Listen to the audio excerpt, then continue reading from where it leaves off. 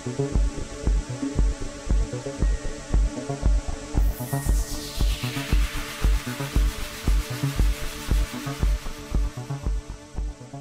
हथियार किस्त नंबर 22। क्या ये मिशन इतना अहम है जॉन, जिसके लिए आपको बतौर खास भेजा गया है? एक बात याद रखना हमेशा विलियम, छोटे से छोटे दुश्मन को कभी कमज़ोर मत समझो और कमज़ोर तरीन काम को आसान समझकर सुस्त रवि से मत करो, वरना शिकस्त तुम्हारा मुकद्दर बनेगी। मेरा मकसद कुछ और था जॉन। पाकिस्तान इतना अहम मुल्क है जिसे हमने टॉप ऑफ द लिस्ट में रखा हुआ है।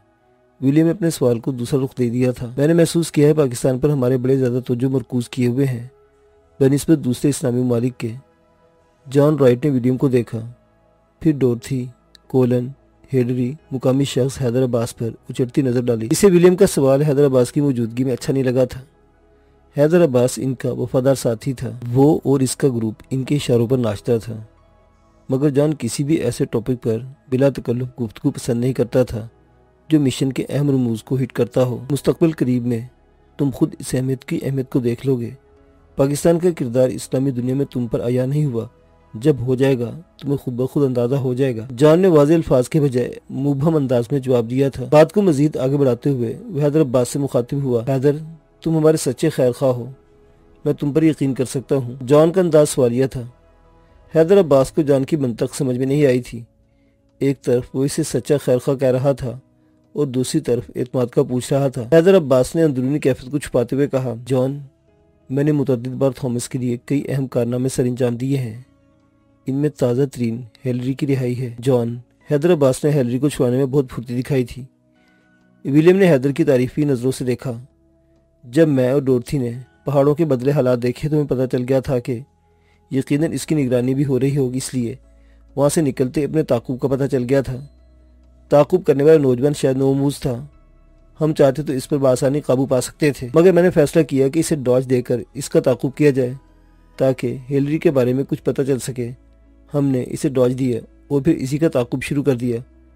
वो सीधा वहाँ पहुँचा जहाँ हेलरी को कैद रखा गया था।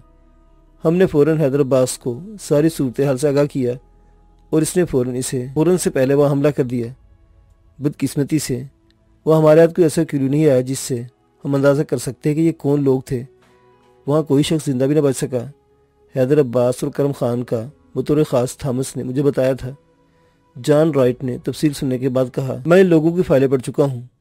मुझे उम्मीद है हैदर अब्बास के साथ काम करते हुए तुम अपनी पूरी सलाहियतों के जौहर दिखाओगे। जॉन, मैं आपके तौक़ुआत से बढ़कर साबित हूँगा। मेरा ग्रुप अपने काम में मशाक है, बस मुझे किसी अहम मिशन का इंतज़ार है। गुड हैदर अब्बास, मैं ऐसे ही लोगों को पसंद करता हूँ। मेरी डिक्शनरी में सुस्त रवि और काहली के लफ्ज़ नहीं है। मैं बातों और दावों पर अमल को तरजीह देता हूँ। हिकमत अमली बनाओ और फ़ौरन अमल कर गुजरो। ज़ाहरी नमूद नुमाइश की लंबी चौड़ी मीटिंग को मेरा नज़रिया नहीं मानता। हमें आपके बारे में सब कुछ पता है जॉन। आप मैदान के खिलाड़ी हैं और मैदान में ही कुछ होता हुआ देखना पसंद करते हैं। आप हमें हुक्म करें, हम आपके नज़रियात को अमली जामा पहनाएंगे। शानिया में शदीद धचका पहुँचा चुका है। इस गलती की पादाश में वो हमारे मुखालिफ हरीफों की लिस्ट में भी शामिल है, इसलिए मुझे अपने मिशन पर तवज्जो मरकूज़ करनी है, मगर शानी को भी करारवा की सज़ा देनी है। शानी कहाँ है, जिंदा है मुर्दा, अभी तक तुम लोगों को नहीं पता? नहीं जॉन, 2000 फीट की बुलंदी से गहरी खाई में गिरा था और यकीनन मर चुका होगा। जॉन ने हेलरी की बात काट दी थी। इसके अंदाज में तंज था। कयासा रई से काम बनते नहीं बिगड़ते हैं। शानी जिंदा है मुर्दा, मुझे 100% दुरुस्त तस्दीक चाहिए। मुझे शानी आम नौजवान नहीं लगता जॉन। इसके हाथों हमारे मायनाज बंदे मौत के मुंह में चले गए हैं। हमें इसे नज़रअंदाज नहीं करना चाहिए। विलियम ने कहा, दुनिया मौजूदात का मजमुआ है। इस अमर का इम्कान बहरहाल मौजूद है कि शानी जिंदा बच गया हो, क्योंकि वह ऐन दरिया के ऊपर गिरा था। शानी के घर में कितने अफराद हैं? शानी की बहन मुनज़्ज़ा, मम्मी बेगम कुलसूम के अलावा 3 मुलाजिम हैं। बड़े भाई इनसे अलग कोयटा शहर में रहते हैं। शानी की मम्मी और बहन को उठा लाओ। शानी जिंदा हो तो सामने आ जाएगा। इसके घर की निगरानी के लिए 2-3 बंदे शातिर छोड़ो। जैसे ही बिल्ली थैले से बाहर आए दबोच लो। घर की निगरानी तो मैं ऑलरेडी करवा रहा हूँ, अब इसकी फैमिली को उठा लेता हूँ। हैदर अब्बास ने इत्तला दी। हैदर अब्बास, अब तुम जा सकते हो। तुम्हारा राब्ता विलियम से ही रहेगा। ठीक है जॉन। हैदर अब्बास खड़ा हो चुका था। इसका कद 6 फीट को छू रहा था। शाने चौड़े और आंखों में अयारी थी। इसने सबसे हाथ मिलाया और बाय कहता हुआ बाहर निकल गया। जॉन और विलियम उर्दू बोल सकते थे। ब्लैक वाटर के अक्सर एजेंट दुनिया की बहुत सी आम जुबानों पर अबूर रखते थे। विलियम, हैदर अब्बास की निगरानी पर करम खान को लगा दो। हैदर अब्बास के निकलते ही जॉन ने विलियम से कहा, ओके जानवर से एक बात कहूँ, बोलो। हैदर अब्बास हमारा काबिल एतमाद साथी है। फिरका वाराना फसादात में इसका किरदार लासानी है। मैं जानता हूँ विलियम, फिर भी जो कहा इस पर अमल करो। जॉन ने निस्बतन ताहुकमाना लहजे में कहा, विलियम, जितने भी मुकामी ग्रुप हैं इनकी निगरानी तुम ही करोगे। मेरा किसी से बराह रास्त राब्ता नहीं रहेगा। ठीक है जॉन, मैं समझता हूँ। ओके, मैं चलता हूँ। जॉन राइट वहाँ से निकलकर सीधा होम मिनिस्टर अब्दुल बारिक के पास पहुंचा। वो अपने मिशन की जल्द तकमील चाहता था। वक्फे से फायरिंग जारी थी। शानी अकबी खिड़की से लगा बाहर झांक रहा था। वो किसी आदमी को देख नहीं पाया था। वहां से हटकर वो सामने चला आया। कमरे की खिड़की से पोर्च और मेन गेट नजर आ रहा था। थोड़ा सा आगे निकलकर लॉन में देखा जा सकता था। फायरिंग की आवाज लॉन की तरफ से आ रही थी। शानी ने सर बाहर निकालकर देखा। एक शख्स दरख्त के अकब में छुपा फायर कर रहा था। इसका रुख बैरूनी तरफ था। शानी को वो एक रुख से दिखाई दे रहा था। शक्ल सूरत से मुकामी शख्स लगता था। हमनवाज बाहर से कौन फायरिंग कर रहा है? शानी को कुछ अंदाजा ना हुआ तो इसने हमनवाज से मदद चाही। हमनवाज से बताया, शानी बाहर पुलिस के एहलकार हैं। अंदर वालों को वो तुम्हारे आदमी समझ रहे हैं। अपनी दानिश में वो शानी के ग्रुप से लड़ रहे हैं। अब तक अंदर के 2, बाहर का एक पुलिस वाला हलाक हो चुका है। वो मेरे लिए सूरत हाल बहुत ख़राब है।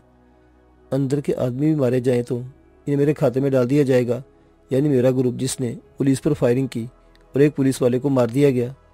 शानी बज़ाहिर ऐसा ही लगता है। मुझे अब क्या करना चाहिए हमनवाज? मैं खुद को हालात के हिसार में कसा हुआ महसूस करता हूँ। मम्मी और मुनज़्ज़ा को साथ लेकर निकलना बेहतर रहेगा। तुम ना गिरफ्तारी दे सकते हो, ना इन्हें घर में तनहा छोड़ सकते हो। तुम्हारे 2 दुश्मन हैं, नादीदा ग्रुप और पुलिस। हमनवाज ठीक कह रहा था। मम्मी और मुनज़्ज़ा को भी यहाँ से निकालना होगा। बाहर से फायरिंग में तेजी आ गई थी। शायद फैसला कुन मार्का शुरू हो चुका था। शानी तजब्जुब में था। वो किसका साथ दे, पुलिस का या सिविल ग्रुप का जिसके घर पर चढ़ाई की थी? इसके रिवॉल्वर से कोई गोली खारिज नहीं हुई थी। बाहर से फायरिंग बंद हो गई थी। हमनवाज से बताया, अंदर के सारे आदमी मारे जा चुके हैं। 3 पुलिस वाले भी खाल के हकीकी से जा मिले हैं। सिर्फ एक बचा है। शानी भागकर अंदर दाखिल हुआ। मम्मी, मुनज़्ज़ा जल्दी करें, हमें घर से निकलना होगा। शानी, तुम ठीक तो हो ना? मम्मी, मैं ठीक हूँ। आप लोग प्लीज़ जल्दी कीजिए। वो इन्हें गाड़ी तक ले आया। मुलाजिम एक कमरे में खूबसूरत हालत में दुबक कर बैठे थे। इतना वक्त नहीं था कि इन्हें कुछ बताया जाता। मम्मी और मुनज़्ज़ा इसकी पैरवी में गाड़ी के अंदर बैठ चुकी थी। हमनवाज, मुझे कोयटा जाना है, रास्तों को चेक करते रहना। फिक्र मत करो शानी, मैं नज़र रखे हुए हूँ, तुम चलते जाओ। शानी, ये लोग कौन हो सकते हैं? मम्मी, मेरा शक है गैर मुल्की ग्रुप को मुकामी लोगों की मदद हासिल है, क्योंकि इनके बगैर गैर मुल्कों का कदम जमाना मुमकिन नहीं। हमारे घर हमला करने वाले वही गद्दार हो सकते हैं। अच्छा हुआ जहन्नुम वासिल हो गए हैं। अब हम कहाँ जा रहे हैं? मुनज़्ज़ा के लहजे में परेशानी थी, ताहम इब्तिदा का खौफ कम हो चुका था। वो काफ़ी हद तक संभल गई थी। मैं आप लोगों को अजान भाई के घर छोड़ देता हूँ। और तुम शानी, मेरी ज़िंदगी का एक मकसद बन चुका है। मुझे अपने मकसद के हसूल के लिए निकलना है। शानी कहते कहते खामोश हो गया था। हमनवाज ने से अजीब खबर सुनाई थी। ये इंतहा गैर मुतवक्को और अफसोसनाक खबर थी। शानी का दिल उदासियों की अथाह गहराइयों में गिर चुका था। इसके घर को बम धमाकों में उड़ा दिया गया था। इसका आबाई घर मुनहमिद हो चुका था। खुशकिस्मती से वो निकल आए थे, वरना घर के मलबे तले दबे होते। ये अफसोसनाक खबर वो मम्मी और मुनज़्ज़ा को फिलहाल नहीं बता सकता था। हमनवाज कह रहा था, बम इतना ताकतवर था कि घर खसो खशाक की तरह उड़कर पुर्जे पुर्जे हो चुका है। करीबी घरों को भी नुकसान पहुंचा है। शानी दिल महसूस कर रह गया था। वो चेहरे के तासुरात पोशीदा न कर सका था। मम्मी से बगौर देख रही थी। शानी, तुम एकदम बहुत रंजीदा हो गए हो। नहीं मम्मी, ऐसी कोई बात नहीं। हाँ, अलबत्ता ये परेशानी ज़रूर है कि मैं आप लोगों को घर से निकाल लाया हूँ। शानी बेटा, इस बात की फिक्र करना छोड़ दो। हम एक घर से निकले हैं, दूसरे घर जा रहे हैं। कामरान और रज़ान के घर मेरे अपने घर हैं बेटा। बेगम कलसूम ने कहने को शानी की तशफ़ी के लिए कह दिया था, मगर वो जानती थी कि ऐसा नहीं है। ये बस मसलहत का तकाजा है। वो असद महमूद खान की हलाकत और शानी की गैर मौजूदगी में शिद्दत से घर में मर्द की कमी महसूस करती थी। इस कमी को पूरा करने के लिए वो कामरान या अजान को रोकना चाहती थी, मगर इसे मायूसी हुई। अब भी इसके दिल में कई बार बदतरीन खदशात जन्म ले रहे थे, मगर जाना मजबूरी थी। शानी ने जहाँ टैक्सी मिलने का इम्कान था गाड़ी छोड़ दी थी। अजान के घर तक इसने 3 टैक्सियाँ बदली थी। अजान ने हाल ही में नया घर बना लिया था, इसलिए शानी को उम्मीद थी कि इसे ढूंढने वाले इतनी जल्दी वहाँ तक नहीं पहुँच पाएंगे। मगर अजान को जब असल सूरत हाल का इल्म हुआ तो वो दाएं बगले झांकने लगा। इसके रवैये और बातों से आया था कि वो मम्मी और मुनज़्ज़ा को अपने घर पर रखकर अपनी बीवी बच्चों के लिए मुश्किलात नहीं खरीद सकता। शानी इसे इंतहाई तासुब भरी नज़रों से देख रहा था। इससे अजान का रवैया बहुत गरां गुजर रहा था। अजान भाई, ये माँ है हमारी और ये बहन है, आप इन्हें घर में रखने से क्यों खौफज़दा हैं? मैं इनसे नहीं, आने वाले हालात से खौफज़दा हूँ। मैं बहुत पुरसुकून ज़िंदगी गुजार रहा हूँ। मैं अपनी हंसती बसती ज़िंदगी में कोई तूफ़ान आता नहीं देख सकता, चाहे ये तूफ़ान आपकी माँ और बहन को अपनी लपेट में ले ले। शानी ने इंतहाई तंज़िया लहजे में कहा। अजान ने इसे सख्त नज़रों से घूरा। ये तूफ़ान मैंने नहीं, तुमने पैदा किया है। अजान भाई, ये हालात थे जिन्होंने ये मसाइब खड़े कर दिए। आप प्लीज़ हालात को समझो। मैं समझ रहा हूँ, अपनी किए का सारा बोझ हम पर थोप कर खुद निकल रहे हो। क्या मतलब अजान भाई? माँ बोझ होती हैं क्या? शानी को ज़बरदस्त शौक लगा था। बेगम कलसूम को इस रवैये का पहले से खदशा था। अजान की बात पर शानी के अंदर गुस्से की लहर दौड़ गई थी। अगर अजान इससे छोटा होता तो वो थप्पड़ मारने से दरेक न करता। इसने बड़ी मुश्किल से जब्त का दामन थाम रखा था। बेगम कलसूम और मुनज़्ज़ा खामोश हो गई थी। अजान की बातों ने इन्हें मायूस किया था। अजान की बीवी मुंह बसोरे सोफे पर खामोशी से बुत बनी बैठी थी। इसके लब खामोश थे मगर चेहरा और आंखें अंदरूनी जज्बात का इजहार कर रही थी। वो शानी को मुतनफ़्फ़र निगाहों से देख रही थी। अजान भाई, मैं छुपने के लिए कहीं नहीं भाग रहा। मैं सब ठीक कर दूंगा। मैं इस तूफ़ान का मुंह मोड़ दूंगा जिसने हमारे घर का रुख किया है। तूफ़ान का मुंह मोड़ दूंगा। अजान ने तंज़े अंदाज में इसकी बात दोहराई। घर का इतना ही ख्याल था तो पहले सोच लेता। ऐसे हालात पैदा ही क्यों किए कि घर छोड़कर भागना पड़ा? हालात मैंने नहीं, मुक़द्दर ने पैदा किए हैं। अपने किए के इल्ज़ाम मुक़द्दर को मत दो। अजान भाई, ये फजूल बहस है। अब मम्मी और मुनज़्ज़ा को अपने साथ रखते हैं, हाँ या ना? शानी ने चाहते हुए भी लहजे को सख्ती से ना रोक सका था। शानी बेटा, अजान ठीक कह रहा है। हमारा यहाँ ठहरना इस फैमिली के लिए खतरे का बाइस बनेगा, जो मैं नहीं चाहती। मम्मी, अजान फ़ौरन उठकर मम्मी के पास चला आया। मम्मी, आप प्लीज़ मेरी मजबूरी समझे। मैं अजान भाई, मिन मिनाने की ज़रूरत नहीं है। शानी ने तमाम आदाब को बाला ताक रखते हुए कहा। आपको मम्मी और मुनज़्ज़ा को एक हफ्ते के लिए अपने पास रखना ही होगा। शानी, तुम किस लहजे और किस अंदाज में बात कर रहे हो जो आप सुन और देख रहे हैं? ये बातें तो जाओ, मैं किसी की जिम्मेदारी नहीं लेता। तुमने जो गुल खिलाए हैं इसकी सजा भी यही तुम्ही को मिले। इन्हें अपने साथ ले जाओ। अजान की हट धर्मी शानी के जब तोड़ गई। इसने जीन्स में से रिवाल्वर निकाल लिया। अजान ने जी तो चाहता है कि इसकी तमाम गोलियां आपके भेजे में उतार दूं। किस हट धर्मी से अपनी सगी माँ और बहन को धुतकार रहे हो? शानी का जुनून देखकर अजान कांप कर रह गया। इसकी बीवी के पसीने छूट गए थे।